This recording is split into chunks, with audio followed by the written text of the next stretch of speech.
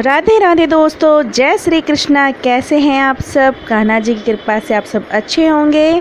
और आपका एक बार फिर से हमारे चैनल कान्हा जी की सेवा में स्वागत है। और आज हम फिर एक बार प्रस्तुत हैं आपके सामने एक नए टॉपिक के साथ। आज का टॉपिक है, अगर घर में ठाकुर जी हैं, बाल गोपाल हैं, तो किस विधि से, किस नियम से उन्हें भोग लगाएं। तो आइए वीडियो शुरू करते हैं। भगवान श्री कृष्ण को जगत पिता श्री हरि विष्णु के अवतार से जाना जाता है। भगवान श्री कृष्ण की पूजा राधा रानी के साथ तो की ही जाती है, लोग बाल रूप में भी इनकी पूजा करते हैं। जो लोग कृष्ण कन्हैया को बाल रूप में पूजते हैं वे अपने घर में लड्डू गोपाल रखते हैं। यदि आप अपने घर में लड्डू गोपाल रखते हैं तो उनकी सेवा भी छोटे बालक की तरह करनी चाहिए। उनके भोग का ध्यान खास तौर पर रखना चाहिए।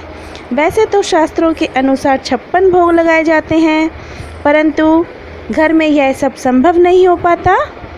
फिर भी प्रतिदिन लड्डू गोपाल को नियम के साथ 4 बार भोग अवश्य लगाना चाहिए। जानते हैं लड्डू गोपाल को भोग लगाने के नियम और समय।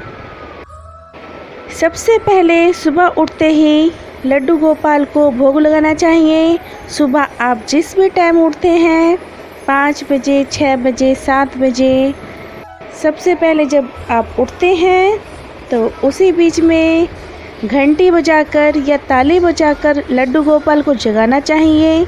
इसके बाद उन्हें दूध पिलाना चाहिए। भोग लगाए हुए दूध को आप खुद पी सकते हैं या चाय में यूज़ कर सकते हैं। और पहला भोग सुबह उठने पर ही लगाना होता है, तो आप बिना स्नान किए मुंह हाथ धोकर भी लगा सकते हैं, लेकिन इस बात का ध्यान अवश्य रखें कि आप अपवित्र ना हो। दूसरा भोग, इसके कुछ समय बाद स्वयं स्नान करें और उनके बाद लड्डू गोपाल को स्नान कराने के बाद उन्हें स्वच्छ वस्त्र पहनाएं और तिलक करने के बाद दूसरा भोग लगाएं। इस भोग में प्रतिदिन उन्हें दही अवश्य अर्पित करना चाहिए। कृष्ण जी को माखन, मिश्री और दही अति प्रिय है, इसलिए उन्हें दही का ज़रूर भोग लगाएं। लेकिन इस बात का ध्यान रखें कि माखन एकदम शुद्ध हो, इसलिए कृष्ण जी को घर पर बने माखन का ही भोग लगाना चाहिए। और जो भी मौसम के अनुसार फल बिकते हैं, आप मौसमी फल खिला सकते हैं। तीसरा भोग, दोपहर के समय उस समय का भोग लगा सकते हैं। दोपहर के समय उस भोजन का भोग लगा सकते हैं जो स्वयं के लिए बनाया हो, लेकिन इस बात का ध्यान रखें कि भोजन सात्विक होना चाहिए। उसमें लहसुन, प्याज कुछ भी नहीं होना चाहिए।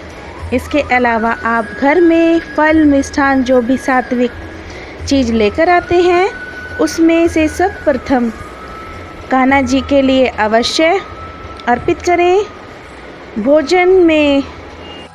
इसके अलावा आप घर में जो फल, मिष्ठान, जो भी सात्विक चीज़ लेकर आते हैं उसमें से सब प्रथम कृष्ण जी के लिए भी अवश्य अर्पित करें। भोजन में से भी सबसे पहले लड्डू गोपाल जी के लिए भोग निकालना चाहिए। यदि भोजन में लहसुन और प्याज का प्रयोग करते हैं तो लड्डू गोपाल जी के लिए मीठी पूरी या पराठा बना सकते हैं। संध्या काल और रात्रि का भोग, शाम के समय कृष्ण जी को मखाने या मेवा का भोग लगाया जा सकता है। इसके अलावा लड्डू गोपाल जी को पापड़, चिप्स का प्रसाद भी चढ़ाया जा सकता है।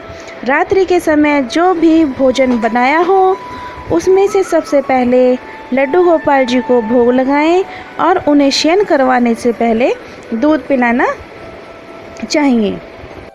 भोग लगाने के नियम। भगवान कृष्ण को भोग लगाने के लिए चांदी के पात्र का प्रयोग करना शुभ रहता है। यदि चांदी के बर्तन ना हो तो जो बर्तन हम पूजा में यूज़ करते हैं उसमें भोग लगाया जा सकता है। यदि चांदी के बर्तन ना हो तो जो बर्तन पूजा में प्रयोग करते हैं उसी में भोग लगाएं। भोग के बर्तनों को प्रतिदिन साफ करना चाहिए। कभी भी भोग लगाए हुए बर्तनों को बिना साफ किए उसी में दोबारा भोग ना लगाएं। लड्डू गोपाल को चढ़ाए जाने वाले जल और भोग में तुलसी जी का प्रयोग भी करना चाहिए। लड्डू गोपाल जी को भोग लगाने के पश्चात भोग को कुछ देर वहीं रख दें और पर्दा डाल दें। पर्दा डालने के बाद ताली बजाकर या फिर घंटी बजाते हुए आनंद के साथ लड्डू गोपाल जी से भोग लगाने का आग्रह करना चाहिए। राधे राधे दोस्तों, आपको ये जानकारी आपको कैसी लगी? राधे राधे दोस्तों, आपको यह जानकारी कैसी लगी?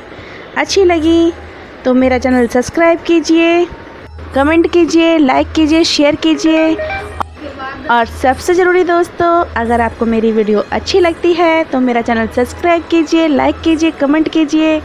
और सबसे महत्वपूर्ण बात, जो साइड में बेल होती है उस बेल को ज़रूर क्लिक कीजिए, क्योंकि जब तक घंटी नहीं बजेगी तो आपके पास नोटिफिकेशन नहीं आएगी मेरी नई वीडियो की। इसलिए बेल को ज़रूर दबाइए।